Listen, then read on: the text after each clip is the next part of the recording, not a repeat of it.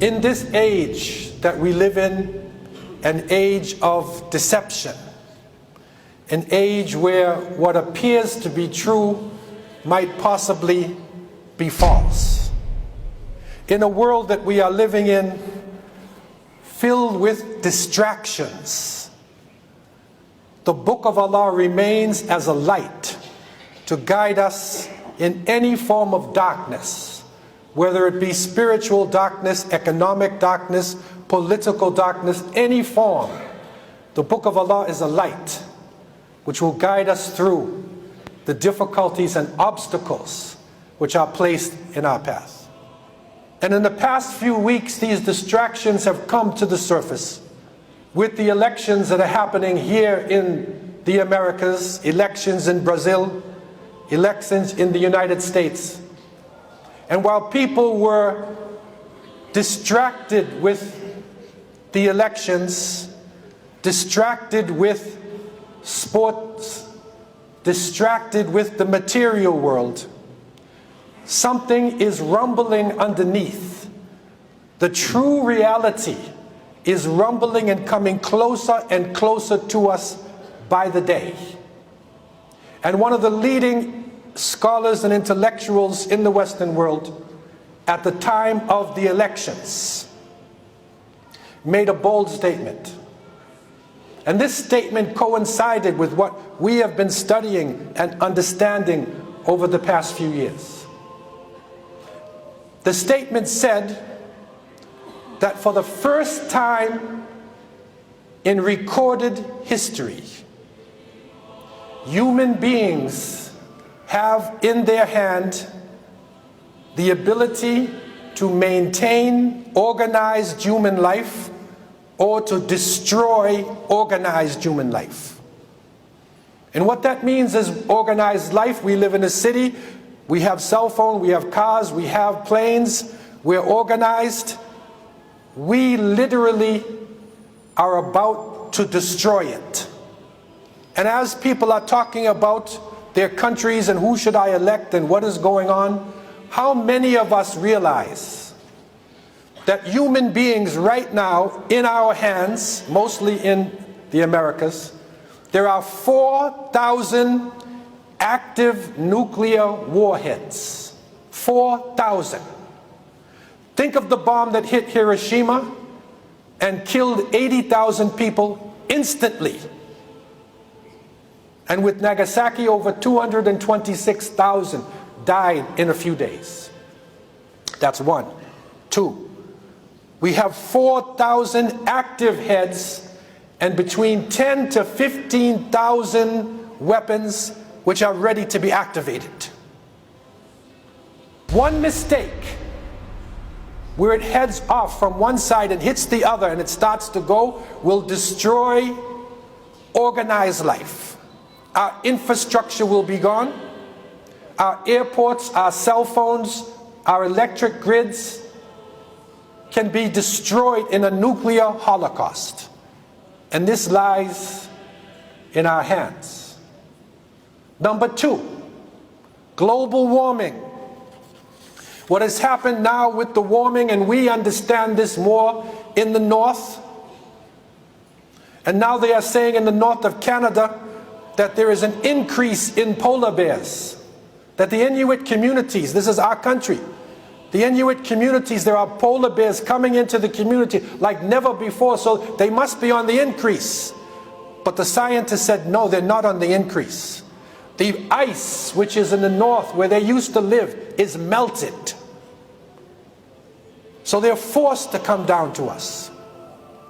So literally with this destruction of the atmosphere and the warming of the seas, the water is rising.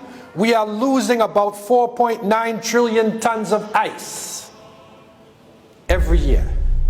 It's pouring into the oceans. And it's having an impact and will impact our coastal cities. Not only with this rise, but flooding, storms as we see the hurricanes around the world, earthquakes, and fires, terrible fire. which is striking not only other parts of the world, but right here in North America. And just last week, and the fires are still burning in California, the worst fire in the history of California is burning and just now being put out, still burning on the side. This fire was so terrible that in one town, 10,000 homes were destroyed. People had to just get up and run, a wall of fire coming at them. And you know what the name of the town was? Paradise. And we don't take joy in the suffering of people, but paradise turned into hell. Who did it? Who's responsible? 90% of fires in California are human-made. It starts with the human being, and then with the global warming, with the heat, temperature, drought, all the conditions, it becomes the worst fire you ever saw in your life. So a combination of what humans did and what is happening in the atmosphere itself. Right in front of our eyes, these things are going down. But yet, distraction is there. We are distracted by things. We are distracted by the World Cup, the Super Bowl, distracted by the latest movie, distracted by physical things in front of us. And Allah subhanahu wa ta'ala told us in Surah Al-Anbiya, Allah told us, اقترب للناس حسابهم وهم في غفلة معرضون ما يأتيهم من ذكر من ربهم محدث إلا استمعوه وهم يلعبون. Allah revealed closer and closer to humanity comes their reckoning. Yet they do not care and they turn away. And whenever a new sign comes to them, this is the Quran speaking, whenever a new sign comes, they frown, they turn away, and they play. وَهُمْ يَلْعَبُونَ. When the sign comes, they play. And so the signs are here, very clearly in front of us. And we have an opportunity, as a human race, we have a chance. The book of Allah subhanahu wa ta'ala is amongst us. The guidance and the way of Prophet Muhammad sallallahu alaihi wasallam is amongst us. But somebody has to take it forward.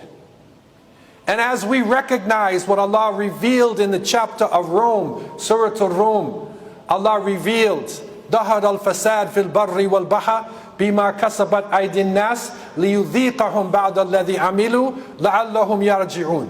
Corruption has appeared on the land and the sea because of what humanity's hands have done.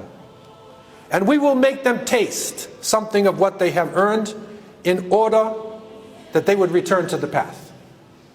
We will make them taste it. And it is said that just last week in Delhi, India, the Diwali celebration was about to take place. And the government said clearly, do not burn firecrackers.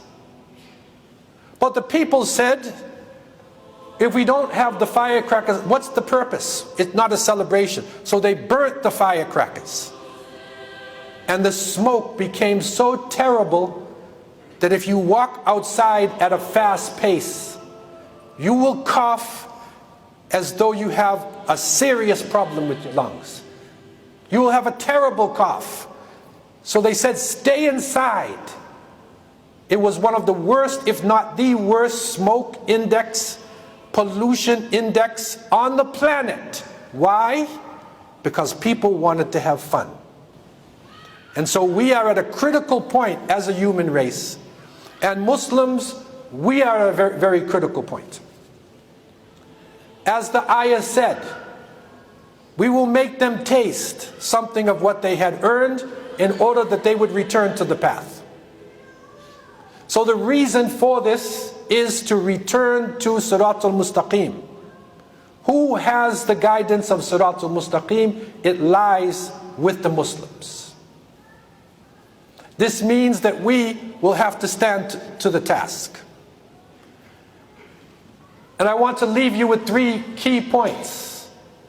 Number 1, in all these difficulties, we hear it, we see it, at-taqarrub ilallah. That we need to come closer and closer to Allah subhanahu wa ta'ala. We have to increase in our good deeds. Increase in our awareness of salat. Increase in the hasanat, giving out to the poor. Increase in our actions. Come closer to Allah. Remember Allah subhanahu wa ta'ala.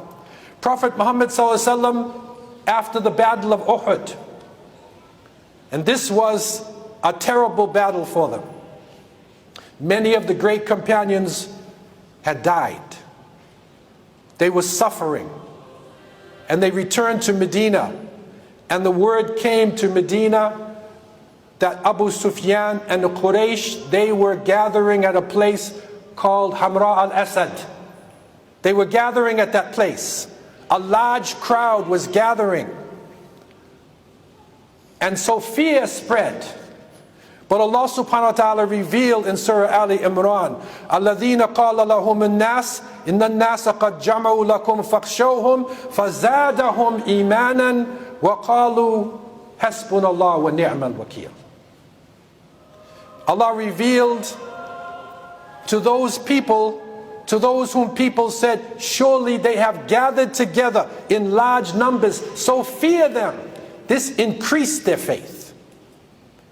And they said, Hasbunallah wa ni'mal wakil. Allah is sufficient for us. He is the best to protect. And so whenever we feel fear, we are in a personal state of fear. Hasbunallah wa ni'mal wakil. Our family is in fear. It's uncertain. Hasbunallah wa ni'mal wakil. Our ummah is in trouble. Hasbunallah wa ni'mal wakil. Remember Allah subhanahu wa ta'ala. فَزَادَهُمْ إِيمَانًا. The fear increased their faith. It increased their faith. And they said Allah is sufficient. Number 2, operational unity. And that means that we as believers of people of the Qibla, we have to break down differences amongst ourselves. Break down nationalistic differences. Break down even doctrinal differences. Come as close as we can to other believers. Identify with other people who are facing the Qibla, who are praying to Allah subhanahu wa ta'ala.